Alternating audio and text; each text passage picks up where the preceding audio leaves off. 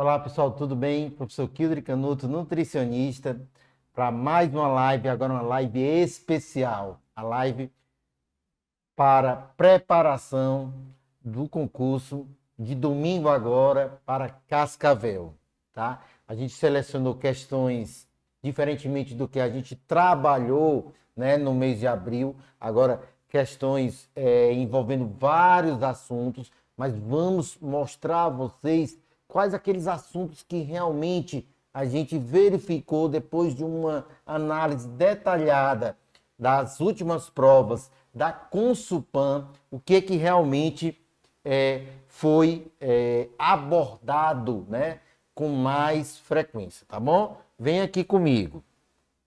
Então, olha aqui. Primeiro eu vou mostrar a vocês a análise de duas provas. Na verdade, só houve 3 provas elaboradas para nutricionista da banca Consulpan. Fiquem muito atentos. Fiquem atentos, vocês vão ver, né, uma diferença. Eu vou mostrar a vocês uma diferença gritante que houve nas questões de 2015 para a Prefeitura de Nova Olinda, aqui no Ceará, para essa daqui da Prefeitura de Viana, no Espírito Santo, em 2019. Essa é a mais recente que nós temos para o cargo de nutricionista. A outra, né, foi em 2014 para a Prefeitura de Pentecoste. Lá na live de abril que eu fiz para a preparação de Cascavel, ainda coloquei algumas questões, né? Mantinha umas questõezinhas boas da Prefeitura de Pentecoste, mas hoje não. A maioria das nossas questões vai ser focada nessa de 2019. E uma outra questão, talvez umas 3 ou 4, de Nova Olinda, né? Já que mudou o perfil, eu vou mostrar aqui a vocês, né, a importância que tem de a gente conhecer a banca, tá bom? Olha aqui como é que foi a composição da prova dessa do Espírito Santo, ó. Grande parte das questões, fiquem atentos, fiquem atentos, grande parte das questões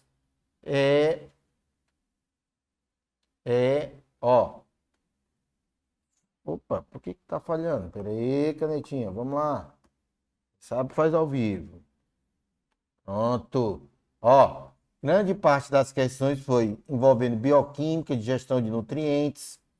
Houve questões, né, envolvendo uma maior parte de nutrição e dietética em ciclos da vida. Houve bastante questões, quando a gente pega de 30 questões envolvendo dietoterapia, aí você pode dizer assim, Kildre, mas se você somar todos esses números vai dar mais de 20 questões. Sim, mas o que acontece? Numa mesma questão pode ter mais de um assunto cobrado, tá? Mas vejam, que ela, nessa prova de 2019, ela cobrou 32 assuntos diferentes. Fiquem atentos. A banca Consulpan, ela não brinca. Por isso que você precisa assistir essa live, se você adquiriu o pacote de aulas, né, do curso MS, você precisa, tá, estar atento a esse tipo de análise, tá? 32 pontos diferentes foram cobrados nessa prova. Onde foi que se abordou mais? Bioquímica, digestão e absorção de nutrientes, ciclos da vida, né? Outras questões tiveram também ciclos da vida e dietoterapia. Já na prova de Nova Olinda de 2015, como eu falei a vocês, que foi a penúltima prova dela, já que a última foi Viana, olha como é que estava a distribuição de questões. Na época foram apenas 20 ao invés de 30. Lembra que essa de Cascavel também são 30 e você precisa acertar pelo menos a metade do número de questões da parte específica, tá bom? Que foi que caiu mais? De novo, alimentos, nutrientes e nutrição, tá? De novo, dietoterapia. Fica atento. Quem não assistiu às lives lá do mês de abril já tá lá no canal do YouTube. Dá uma clicada lá. Vejam que hoje eu vou trazer questões totalmente diferentes, tá? Então deixa teu like aqui, deixa teu comentário, compartilha, manda o link para outras pessoas que você queira que passe junto contigo, né? Você já viu que a concorrência está alta, né? Mas aqui você está bem preparado. Nutrição, aprovação nutrição é aqui no nosso curso MS, tá bom? Então, ó, vejam que houve, né, uma preponderância praticamente dos mesmos assuntos, só que quero que vocês pensem aqui comigo sempre nessa última prova, tá bom? Vamos começar aqui, após essa análise, né, estatística de questões, tá? Ó, foram abordados 27 assuntos, a outra 32, a outra, e essa agora 27. Então, ela mexe com tudo. Ela praticamente, ela trabalha com todo o edital. E tu precisa acertar 50% das 30 questões. Vamos começar aqui, ó. Consulpan 2019, Prefeitura de Viana. O cuidado no ambiente hospitalar é cada vez mais discutido e atualizado para melhorias. Para uma melhor implementação do cuidado nutricional, as unidades de alimentação e nutrição hospitalar são organizadas em duas subunidades. Uma responsável pelo planejamento, produção e distribuição das refeições e outra pelo atendimento clínico nutricional. Dentre várias outras coisas, existem mapas de dietas para padronização, que incluem as mudanças na consistências de dietas especiais, modificadas, etc. Em relação às dietas modificadas, a sua consistência marca a alternativa que apresenta a evolução, a opção menos evoluída para a mais evoluída. Gente, é uma questão que tu não pode errar. Ah, querido, mas eu não trabalho em hospital, não interessa. É uma questão básica da área de nutrição, tá? Então, quando você está acompanhando o paciente hospitalar, e se você ainda não é nutricionista, né, que está no estágio, está vendo isso, que está no estágio clínico. Se você já é nutricionista, passou por isso. Se você é do ambiente hospitalar, vai passar por isso, está passando por isso diariamente, tá? Então fica atento, ó. Qual é o item que vai passo a passo na evolução, do menos para o mais? Dieta líquida restrita, líquida completa, vai evoluindo para uma pastosa liquidificada, né? Aquela consistência de papa. Depois, para a pastosa. O penúltimo estágio é a dieta branda. Fica atento, pode ser chamado também de dieta leve, tá? Mas o mais comum é cobrar a palavra branda. E por último, dieta geral. Então, tu não pode nem pensar muito. Tu vai do mais simples, né, pós-operatório, até a liberação, que às vezes você é liberado por uma dieta branda, pastosa, enfim. Portanto, que você saiba essa ordem cronológica em termos de evolução. Então, gabarito da questão número 1, item D, tá? Eu acabei ficando na frente, às vezes eu esqueço, tá? Então, item D, restrita, líquida completa, pastosa liquidificada, pastosa, branda e geral. Trago a vocês, ó, na mesma prova, vejam uma outra questão também envolvendo dietas hospitalares, ó. O enunciado diz, ó, mesma prova, 2019. As dietas hospitalares podem ser padronizadas segundo as modificações quali e quantitativas da alimentação normal, assim como da consistência, temperatura, valor, volume, valor calórico total, alterações de macronutrientes, restrições de micro. Com isso, pode ser classificada a partir das suas principais características, indicações e alimentos ou preparações que serão servidos. Em relação às dietas especiais em ambiente hospitalar, na mesma prova, tá? Então, ó, aposto com vocês que cai uma questão de dietas hospitalares. Anota aí, depois me cobra. Marquem o item incorreto. Vou sair aqui um pouquinho para vocês virem o item D.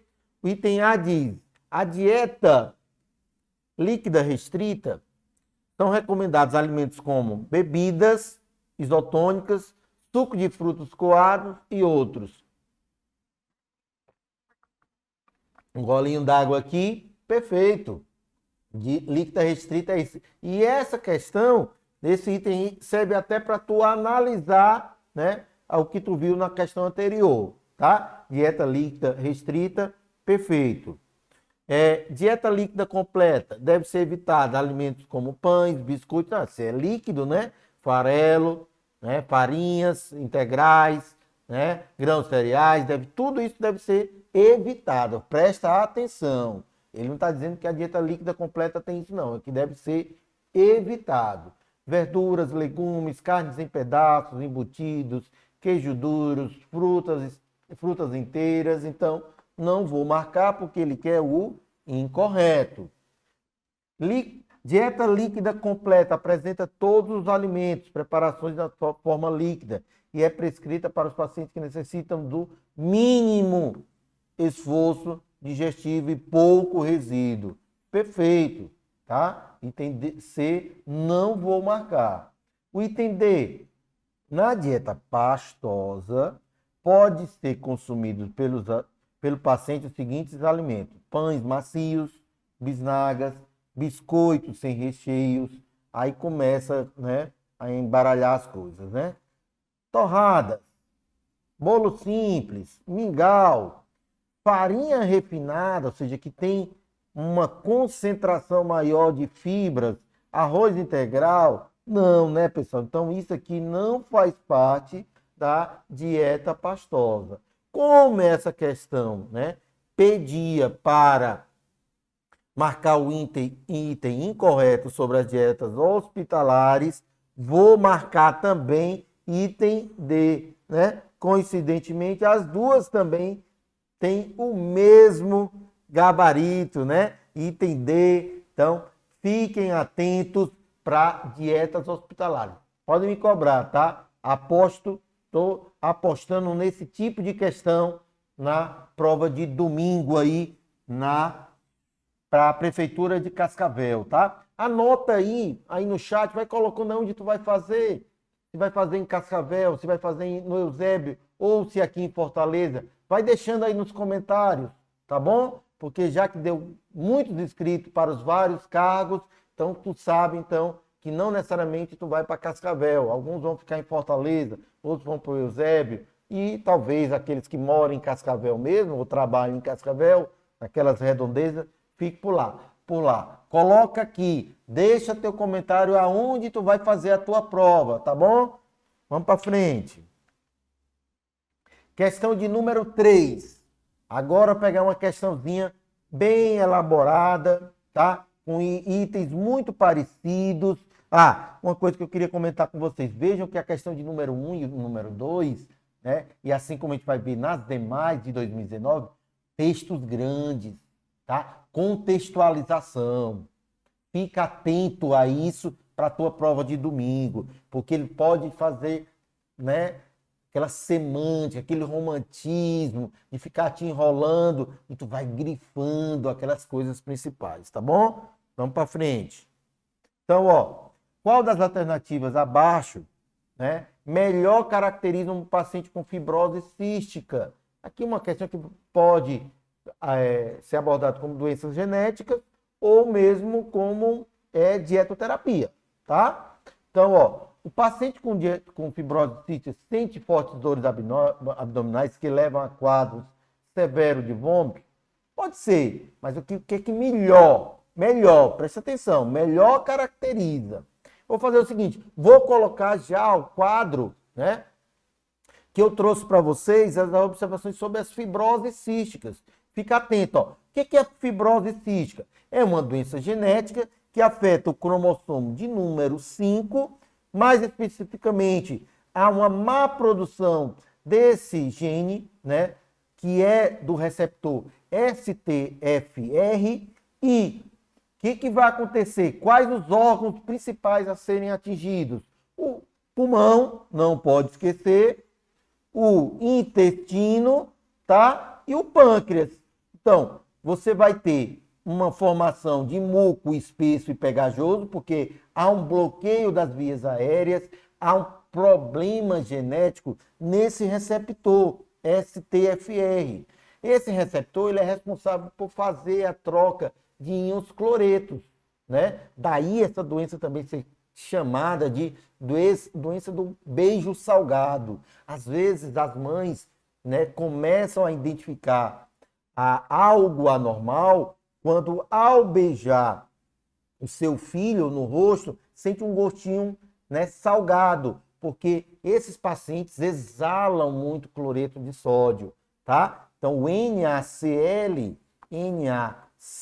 o cloreto de sódio, vai estar muito presente porque os receptores CTFR estão envolvidos, então, no metabolismo não, no deslocamento, no transporte de íons cloretos. Então, ó, sinais da fibrose cística, pólipos nasais, transpiração com muito sabor salgado, né? Muito sabor salgado, aquilo que eu te falei, doença do beijo salgado. Então, as mães às vezes identificam quando não é feito, né? Não é diagnosticado ainda quando o bebê, né? Já que houve, né, algumas mudanças nos testes do pezinho, né? Algumas doenças estão diagnosticadas. Não lembro se fibrose cística entra, assim como entra fenilcetonúria, né? A tirosenemia. Não lembro se a fibrose cística também está, né, diagnosticada, né? Sibilos no peito, né? São chiados no peito, tosse e muco, porque a criança tem dificuldade, né, de expectorar, ganho de peso lento, ó. Isso aqui é muito comum, já que o intestino e o pâncreas ficam bastante comprometidos. Defecação anormal, prolapso retal, né? Bracteamento digital, né? Na ponta dos dedos, né? Você fica com aquela sensação de como se fosse parecido com algo, com uma parestesia, né? Então, isso tudo é típico da doença da fibrose cística. Então, vem aqui comigo, ó. Então, qual é o melhor item que aborda essa caracterização da fibrose cística? O paciente apresentar má absorção de nutrientes, daí eles normalmente vão perdendo peso, né? E não ganham peso, mesmo se alimentando bem, tá bom? Isso é típico da fibrose cística. E, infelizmente, né, quem já fez acompanhamento, a sobrevida desses pacientes normalmente é de 20 a 30 anos, tá? É uma doença que não tem cura. Já tem se prolongado a vida desses pacientes para 30 a 40 anos. Mas epidemiologicamente, os pacientes vão ao óbito com 20 a 30 anos, tá bom? Então, ó, questão de número 3, gabarito, item C, Nova Olinda, Ceará, 2015. Então, Consupan gosta muito de vir elaborar provas no Ceará. Veio para Pentecoste em 2014, veio para Nova Olinda em 2015 e agora vem novamente para o Ceará fazer uma prova 2021. Fica atento, tá, a esses nossos bizus, a esses nossos comentários, tá bom? Questão de número 3, gabarito, item C. Tá? Vamos para frente. Questão de número 4. Fibras é outra aposta que eu tenho para essa prova. E eles gostam de contextualizar muito bem as questões de fibras. Vamos lá, vamos comigo aqui, ó.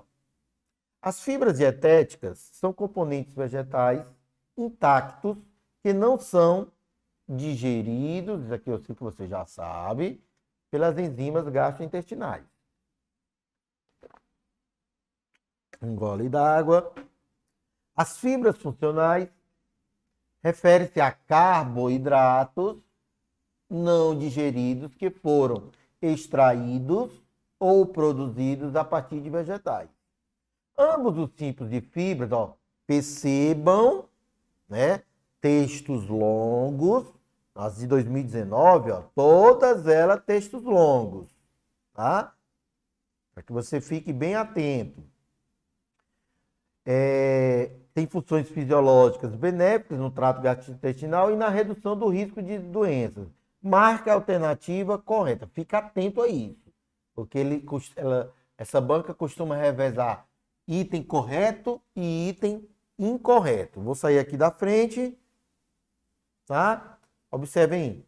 As gomas, fibras mais solúveis encontradas no trigo integral, farelo e vegetais, têm como principal função o aumento da capacidade de retenção de água, aumentando assim o volume fecal e diminuindo o trânsito intestinal. Não, as gomas realmente são solúveis, mas elas aumentam o trânsito intestinal. Não esquece, fibras solúveis, né? Fibras solúveis, elas fazem o quê? Aceleram, né? Não é doido, retardam, tá? Fibra insolúvel acelera, tá? Vogal, vogal, vogal, consoante, consoante, tá bom? Item B, a celulose, fibra menos solúvel, encontrada na aveia, legumes e cevada, tem como principal função a formação de gel. Não. A celulose é insolúvel e não forma gel. Nem lê o resto, tá? Diminuindo o esvaziamento gástrico.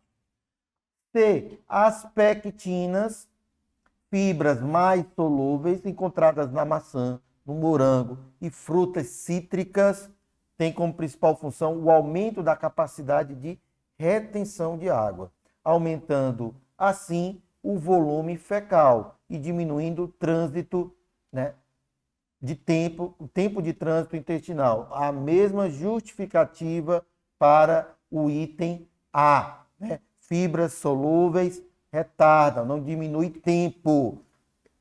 Consoante, você pode até colocar diminuir, né, o trânsito, né? D de diminuir, ó, consoante, retardam, diminui, vogal, vogal, insolúvel, acelera. Então, qual seria o gabarito, então, para essa questão? Item D de novo, nenhuma das alternativas anteriores, tá? Muito romantismo, muita enrolação e sempre pegadinhas nos finais das palavras, né? Nos finais das assertivas. Então, gabarito para a questão de número 4, item D. Fica atento, fibra solúvel, ela forma o gel, né? Aumenta o bolo fecal e o tempo de trânsito intestinal fica diminuído, né? Retardado. E a insolúvel, que é aquela, por exemplo, que tem uma quantidade maior, por exemplo, no mamão, né? Nos produtos laxativos, mamão, laranja, ameixa, elas aceleram, né, o peristaltismo. Tranquilo? Pois vamos para frente, tá? Só lembrando aqui, ó, pisou, né? Solúvel, retarda o tempo, né? Insolúvel, acelera. Frente. Consulpan 2015. Agora eu quero mostrar a vocês, ó, fica atento. Quero mostrar a vocês, no mesmo assunto, como foi que foi cobrado anteriormente, tá? Em 2015 e agora em 2019. Então eu estou esperando, eu estou especulando que nós teremos uma prova muito mais parecida com a de 2019. Vou te mostrar aqui nessas próximas questões envolvendo a avaliação nutricional, ingestão alimentar, tá? Recordatórios. Então vem aqui comigo. Ó, as pesquisas de ingestão individual de alimentos são métodos para avaliar a insegurança alimentar. Nesse contexto, quais métodos podem ser utilizados para avaliar a ingestão? Foca nisso, ó. Ele quer saber a avaliação de ingestão. O item A, recordatório, 24 horas, ótimo. História dietética, certo. avaliação das medidas antropométricas é importante para avaliação? Sim, mas não é para avaliação de ingestão, tá? As quais são medidas para medida aspectos não sujeitos à observação direta. Então, onde tiver avaliação, esquece, tá? Então, não marca o item A. B. Recordatório 24 horas, questionário de frequência alimentar, o registro do peso dos alimentos ingeridos, seguido da análise de conteúdo químico e nutritivo desses alimentos. Perfeito esse item. É o item que eu vou marcar, tá? E não vou titubear na prova, porque aqui no curso MS é a melhor preparação de todos os cursos da área de saúde. E sempre aqui, ó, nutrição, aprovação. Aprovação, nutrição é aqui no nosso curso MS. Temos a melhor equipe de professores de nutrição, né, do nosso estado e, quiçá, do nosso país, tá? Deixa aí o comentário de como é que está sendo a live, né?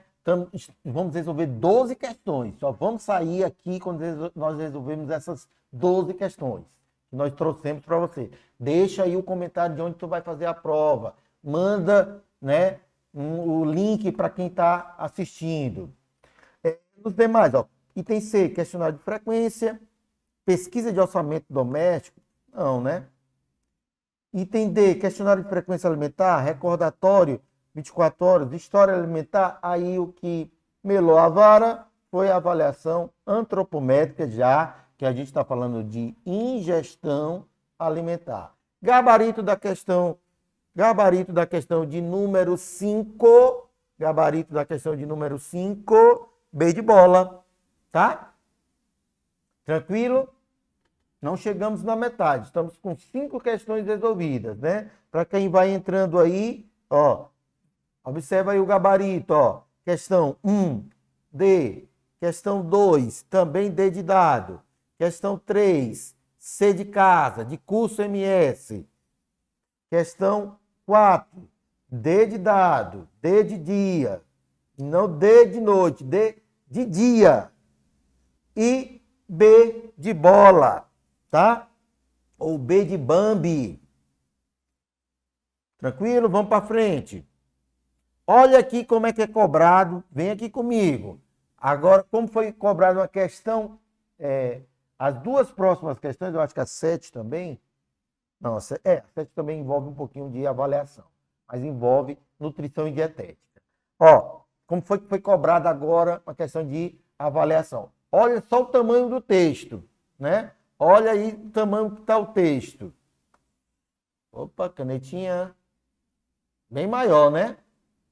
Vamos lá. E ele quer o item falso. Vamos aqui. A avaliação das pregas cutâneas deve ser feita com cuidado, uma vez que existe uma grande variabilidade entre o inter e o intra-avaliador.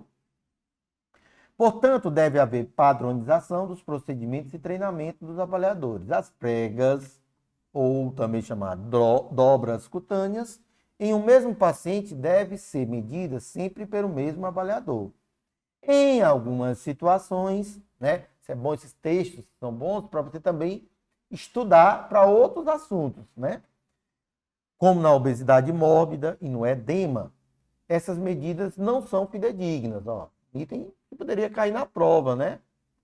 Em algumas situações, não é bom se fazer. Quem está na prática clínica, como eu estou, a gente faz isso, né? Praticamente quase todos os dias. Se todos esses fatores forem considerados, é possível aumentar a exatidão, né?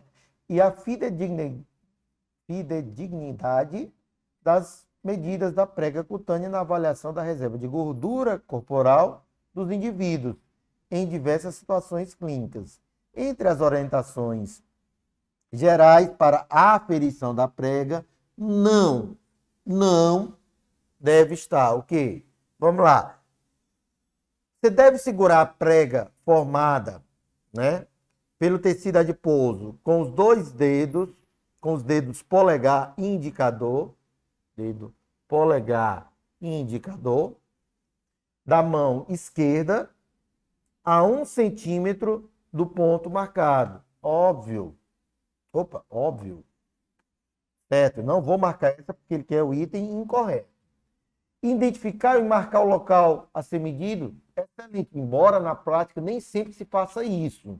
Mas esse é o procedimento correto, marcar o local depois de feitas as medidas, né? Correto. A leitura deve ser realizada no milímetro mais próximo, em cerca de 2 a 3 segundos. Pega o adipômetro, verifica, solta, né? Pinça, verifica, 2 a 3 segundos e solta.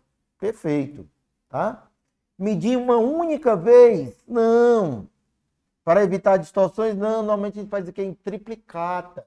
3 vezes. Algumas fazem 2 e tirar a média. Mas o correto é fazer 3 vezes. Eu faço isso com os meus pacientes e digo, ó, vou dar as beliscadinhas aí, mas aguenta que é em triplicata, tá? 1, 2, 3. Então, numa única vez, eu vou marcar esse item, porque esse item é um item incorreto.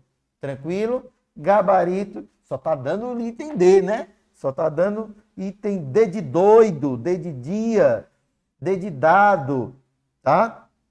Para essa prova, tá bom? Questão de número 6, gabarito D. Vamos para a próxima? Eu fiquei aqui no meio? Não, né? E não. Agora, ó, vou mostrar para vocês novamente. Fiz aqui na questão 5 e 6, né? Ó, mostrei como é que de uma questão envolvendo avaliação nutricional, recordatórios, frequência alimentar, pode vir de forma mais simples e como pode vir, né, de forma mais rebuscada, até com textos maiores. Não é que essa questão esteja difícil, tá? Vamos lá. Nova Olinda 2015. Mínimo de energia necessária para manter as funções do organismo em repouso, como os batimentos cardíacos, a pressão arterial, a respiração e a manutenção da temperatura corporal. Isso é a definição de taxa metabólica inicial, taxa metabólica visceral dos órgãos, taxa metabólica basal, TMB, sim, né?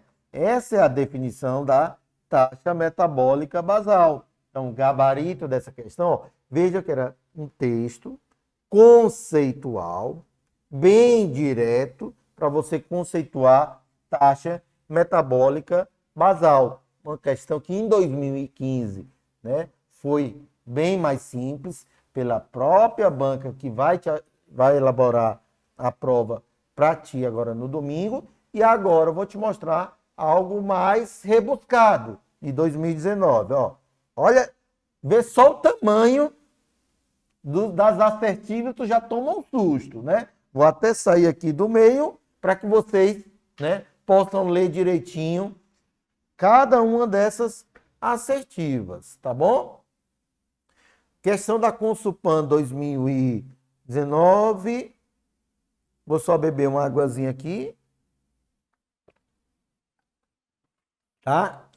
Não esquece, deixa aí teus comentários de como é que tá sendo a live, tá? Passamos da metade do número de questões. Vamos resolver 12. Lá na live de 2000, na live de abril, eu fiz 12 questões. Depois tu pode ir lá no canal do YouTube e confere lá, né, o que a gente preparou para vocês na época. E aqui eu não estou repetindo nenhuma questão, tá? Para que vocês tenham uma análise de 24 questões, praticamente a metade, né, no universo de 50 questões, que foi a prova de 2019 com 30 questões, igual a essa que tu vai se deparar, e a prova de 2015, tá? Que foram 20, tá? Essa agora vão ser 30. E tem que acertar a metade, fica atento. Vamos lá, sair do meio. As necessidades energéticas são definidas como a ingestão de energia dietética necessária para o crescimento ou a manutenção em pessoas de idade, peso, sexo e peso e estatura definidos, e o grau de atividade física desempenhada. O gasto energético total, definido pelo JET, de uma pessoa é composto pelo gasto energético basal, GEB, o efeito térmico do alimento, o ETA, e a termogênese por atividade, TA. Entre as diversas equações disponíveis que estimam o JET, os outros vários métodos assinale a alternativa incorreta. Vamos lá. Gente, olha o tamanho desses itens, você teria que saber sobre calorimetria direta e indireta, sobre o JET calculado, né, por equações. Trouxe aqui a vocês para facilitar, para lembrar da calorimetria indireta, tá? Calorimetria indireta, ela é uma ergospirometria, que consiste de quê? De medir o consumo, né, de O2 na inspiração e a eliminação pela expiração do gás carbônico. Então, você tem, então, a avaliação via gasosa, né? Admitindo que o O2 consumido é utilizado para oxidar os substratos energéticos, né? Glicose, aminoácidos, ácidos graxos, e que todo o CO2 produzido é eliminado na respiração, tá? É possível calcular a quantidade produzida, tá? Pela espirometria, né? Em algumas clínicas aqui em Fortaleza, você tem essa calorimetria, né, indireta. A minha não tem, tá? É um aparelho que ainda está um pouquinho fora da minha realidade. É mais barato do que o da calorimetria direta, né? Tem menos custo, mas ainda é muito caro, né? Acredito que hoje esteja por volta, se alguém tiver aí outro valor, mas seja por volta de 25 a 30 mil, né? Achei, há uns 2, 3 anos atrás era 60, né? Vai caindo. Se tiver souber desse preço aí, coloque aí nos comentários, tá? Ó, trouxe a vocês também isso aqui, tá? Os métodos da medição do GEB. Vou sair aqui da frente para que vocês lembrem, ó. Calorimetria direta tem boa acurácia, ou seja, boa precisão, porém, as suas desvantagens é o alto custo operacional, não permite a medição do gasto energético por longos períodos, né? Então, é uma coisa um intervalo de tempo menor. Você fica dentro daquela câmera, né? Aquela câmera e é medido pela diferença de temperatura, né? Calorimetria direta é feita por diferença de temperatura, tá? A indireta também tem uma boa acurácia, é uma técnica mais simples quando comparado à calorimetria direta, porém tem a desvantagem de não permitir aferir, assim como a calorimetria direta, também o gasto energético por longos períodos, naquele momento em que o paciente está ali sendo monitorado. Monitoramento por frequência cardíaca é uma técnica mais simples também, baixo custo, mas infelizmente, diferentemente dos dois primeiros, que tem uma precisão, uma acurácia maior, esse aqui, né, tem uma menor acurácia. E a água duplamente marcada, ela tem uma boa acurácia, permite, diferentemente dos demais, permite medir o gasto energético por longos períodos, porque você fica tomando uma água, né? Fica tomando uma água cujo hidrogênio, né, o deutério, é marcado, e o oxigênio também não é o oxigênio de massa 16, o oxigênio de massa 18. Então você fica medindo, tomando a água e medindo ao longo do dia como é que está, então, o teu gasto energético, né? É muito mais caro, mas é um padrão ouro. Então, vamos voltar aqui para a questão. Agora vai ficar mais fácil vocês responderem. Item A, olha, que é incorreta. Item A, vou até sair aqui da frente.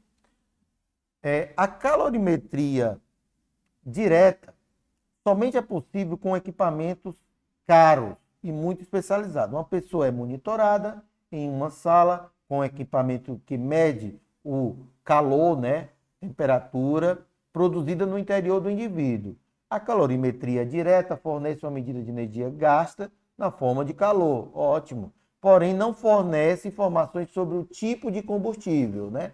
Tipo de combustível, você vai ver aonde? Na indireta. Então, aqui está correto, não vou marcar, porque é a incorreta. B. A água duplamente marcada é considerada padrão ouro para determinar as necessidades energéticas e o equilíbrio energético dos seres humanos, sendo, padrão ouro, né? Sendo aplicado na maioria das vezes para a elaboração de pesquisas. O método fornece uma medida de gasto energético que incorpora todos os componentes do JET.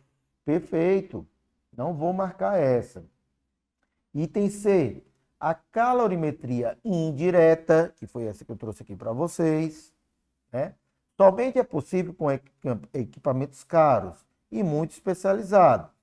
O indivíduo é monitorado em uma sala, né? Coloca aquela máscara, com um equipamento que mede a quantidade de calor produzida no interior do corpo da pessoa. A calorimetria direta, né, fornece uma energia gasta na forma de calor, porém, né, na verdade é indireta, porém não fornece informações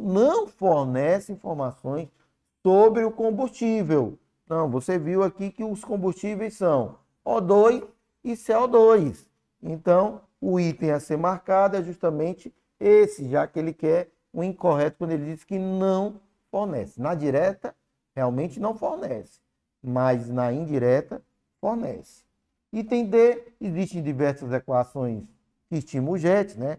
Como Schofield, Harris-Benedict, né? FAO, utilizando diversas variáveis, idade, peso e altura, porcentagem de gordura. Essas equações, se bem utilizada, pode vir a se aproximar ao gasto energético total, né?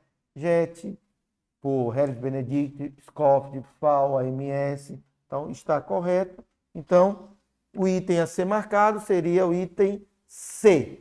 Tranquilo? Vamos passar agora para a questão de número 9. Vamos aqui. Vocês conseguiram perceber, né, a diferença de 2015 para 2019. Olha aí, o mesmo tipo de questão, mesmo assunto, com diferenças gritantes.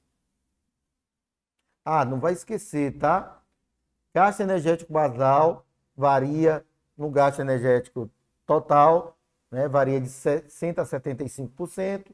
O efeito térmico do alimento é maior nas proteínas do que carboidratos e lipídios. E o fator atividade pode perfazer de 10% a 50%, mas a média é de 10% a 30%. Ou seja, em outras questões a gente já abordou que, perguntando qual é dos parâmetros aquele que mede com maior percentual o GEB. Então, vai ser o quê? O gasto energético basal, que mais mede o GEB, não, que mais mede o JET, 60% a 75% da energia. Tá? Só para lembrar. Questão de número 9. Vamos fazer agora algumas questões assim, que foi se colocado nesse certame de forma assim bem lúdica, romantizada, com muita semântica, tá? Vamos ver essa questão de número 9. Sempre textos grandes. O alimento é toda substância ou mistura de substâncias no estado sólido, pastoso, líquido ou qualquer outra forma adequada, destinada a fornecer ao organismo os elementos necessários à sua formação, desenvolvimento e manutenção.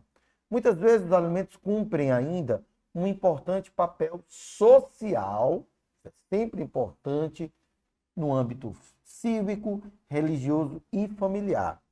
E para a alimentação, em geral, que o preparo dos alimentos seja estudado para a melhor utilização possível dos produtos. Dentre as alternativas abaixo, todas são objetivos a serem alcançados no preparo, exceto, veja, tá? Fica atento, veja quantas vezes aparece, né? Isso é porque eu peguei 12, né? 12 no universo de 50, né? Quantas vezes eu trouxe questões pedindo o exceto, tá? O errado. Sair aqui da frente, sair aqui da frente, para a gente ler todos os itens. É objetivo do preparo de alimento melhorar o sabor e favorecer os aspectos dos alimentos? Sim. Tornar os alimentos de fácil digestão? Óbvio. Garantir o valor adequado o adequado valor nutritivo? Sim. Garantir que os alimentos não mudem a sua relação com o estado natural? Isso aqui, não. Então, como é o exceto, vou marcar o item D como gabarito desta questão, tá? Uma questão não difícil, mas você tinha que ler com muito cuidado, item por item, e não esquecer de ver se era o que estava verdadeiro ou falso, tá? Vamos para a questão de número 10. Aí deixando teus comentários aqui, tá? Na nossa live. Deixa os comentários, aonde tu vai fazer a prova, se estão gostando, tá? Como a gente tem intervalo pequeno para essa live, né, já que tem que ser de bate-pronto, vão deixando aí o comentário de vocês. 10. No acompanhamento do crescimento e desenvolvimento da criança, a introdução de novos alimentos, exame físico, situação vacinal e outros itens são observados para prevenir problemas como doenças infecciosas e desnutrição. Sobre a prevenção do raquitismo, foi colocado até em caixa alta. Assinale o item correto. Os fatores de risco para raquitismo o raquitismo, que é a carência de vitamina D, não engloba a área em que a criança mora, se rural ou urbana? Claro que não, né? Claro que esses fatores são importantíssimos, né? Carência de vitamina D está intrinsecamente ligado à posição geográfica, né? B, a quantidade de vitamina D do leite é suficiente para que a criança não precise de suplementação dessa vitamina, quando o aleitamento materno é exclusivo. Aí você fica assim naquela dúvida, né? Será que a vitamina D supre toda o requerimento do bebê? Vamos botar uma interrogaçãozinha aqui. O cretinismo é uma consequência direta da desnutrição e vitamina D, né? Cretinismo, você sabe que se for, né, não for de forma genética, é por problemas da produção de hormônios da tireoide, não da vitamina D. Então, não vou marcar esse item. Mesmo em aleitamento materno exclusivo, crianças podem fazer o uso de vitamina suplementar. E aí? Né? Para quem tem filho pequeno em casa, quem já teve há pouco tempo, lembra sempre que mesmo mamando ou não mamando, as crianças necessitam tanto tomar o banho de sol, como também precisam fazer essa suplementação de vitamina D, principalmente qual? Vitamina D3. Então, o gabarito para essa questão é o item D, mais uma vez, né? Uma prova com muitos gabaritos desses. Fica atento, tá? Então, quando diz, mas mesmo não é necessário fazer a suplementação, deixa o item incorreto, né? Uma questão muito capciosa, muito bem elaborada, mas isso não esquece que na nutrição e dietética, no ciclo da vida, se faz necessário também essa suplementação, tá? Vamos para frente, questão de número 11, questão bem contextualizada, de 2019, sobre doenças crônicas não degenerativas. Segundo a OMS, um pequeno conjunto de fatores de risco responde pela grande maioria das mortes, o DCNT, né? Doenças crônicas não transmissíveis, né? Falei degenerativa, não, doenças crônicas não transmissíveis. Dentre esses fatores destacam o tabagismo, o consumo excessivo, para cá, volta, o consumo excessivo de bebidas alcoólicas, dietas inadequadas e inatividade física. Através da Pesquisa Nacional de Saúde de 2013, demonstrou que os adultos brasileiros, 46% não praticavam atividade física em nível suficiente no lazer, trabalho e afazeres domésticos e nos deslocamentos diários. Marquem um item incorreto, mais uma vez, item incorreto sobre o tema. O a OMS recomenda que os indivíduos adotem níveis adequados de atividade física durante toda a vida. A prática regular de 30 minutos de atividade de intensidade moderada, preferencialmente todos os dias, reduz o risco de doenças cardiovasculares. Sim, né? Até pouco tempo atrás, né, era 150 minutos, né? 5 vezes ao dia. Hoje, já se preconiza um pouquinho mais, podendo chegar a 200 minutos, 175 a 200 minutos de atividade física para tirar toda a questão do sedentarismo, né? E de forma moderada. Tá? Tranquilo? Correto. B. A análise de estudos epidemiológicos prospectivos demonstrou que tanto o estilo de vida como um condicionamento aeróbico moderado pode ser associado de forma independente à diminuição do risco de incidência de CNT, a mortalidade geral e por doenças cardiovasculares. Claro, o estilo de vida, né, está intrinsecamente ligado à prática de atividade física. Item C, o treinamento de resistência muscular e equilíbrio, por sua vez, não é recomendado para idosos e crianças?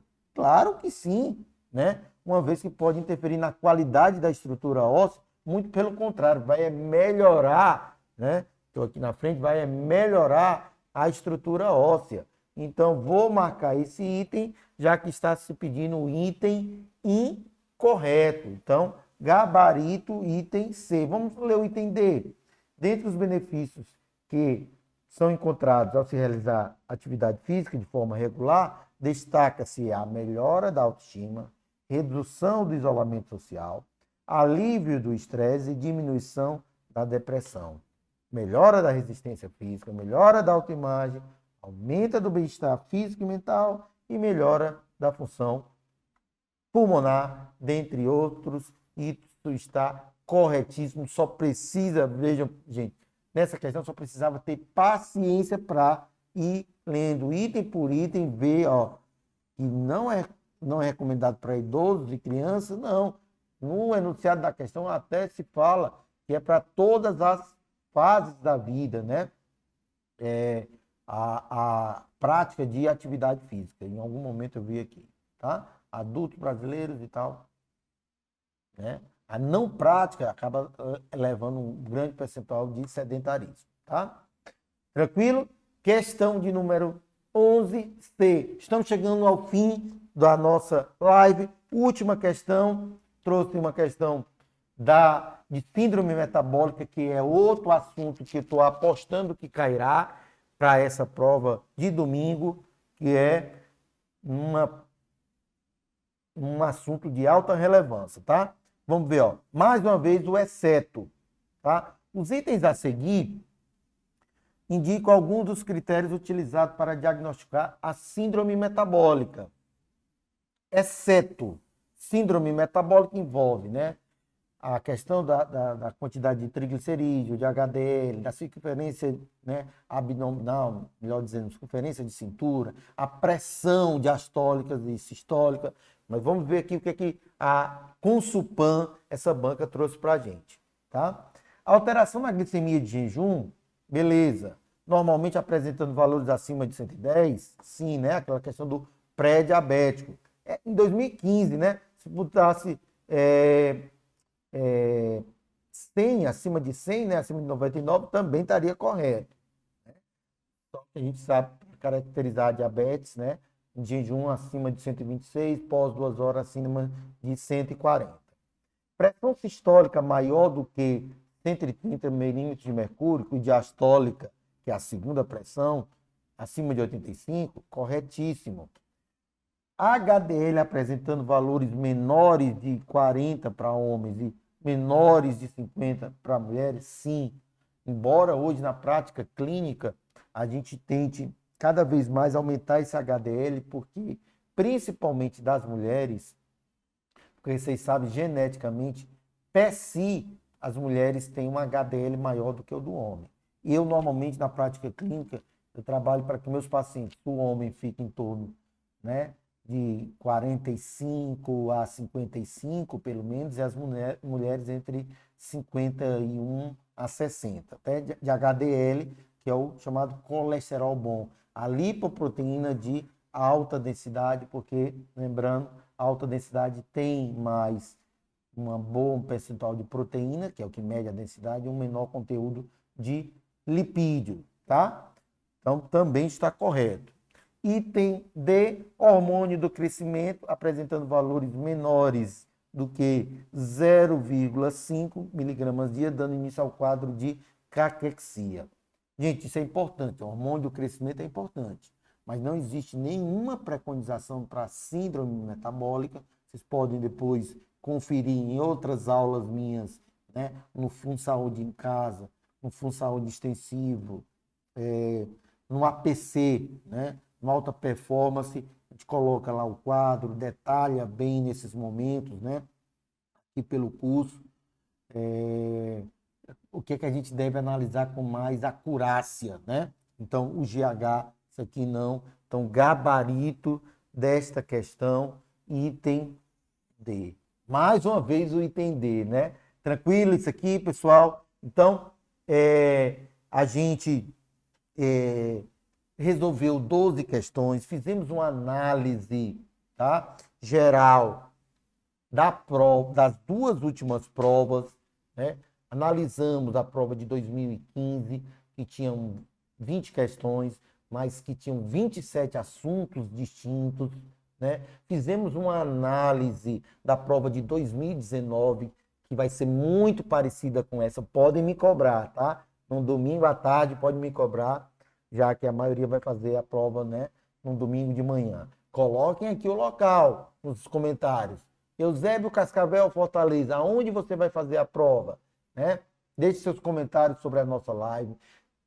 Se puderem ainda, houver tempo, dá uma conferida na minha live de abril, né? Live Cascavel no canal do curso, aqui no YouTube do curso MS, o curso que mais aprova alunos nas residências e concursos públicos, tá? Então, fizemos essa análise, trouxemos questões diferentes, né, para vocês, das que eu tinha feito uma análise anterior, para que vocês tenham um leque maior, peguem essas provas, destrinchem, revejam essa live, comente com demais colegas, né, que essa live pode ajudar vocês e aposto em vocês, embora a concorrência esteja alta, vale a pena vocês fazerem, né, se destrincharem mais nesses últimos dias estudando para terem sucesso. Tá bom? Um grande abraço do professor Kildre. Fiquem com Deus. Um beijo e até a nossa próxima aula ou próxima live. E sucesso a todos vocês. Tchau, tchau. Valeu, hein? Vocês fazerem, destrincharem mais nesses últimos dias estudando para terem sucesso. Tá bom? Um grande abraço do professor Kildre.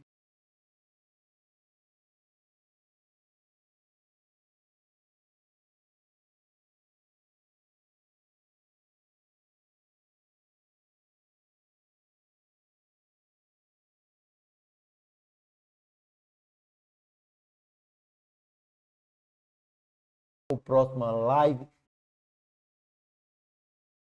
E sucesso a todos vocês.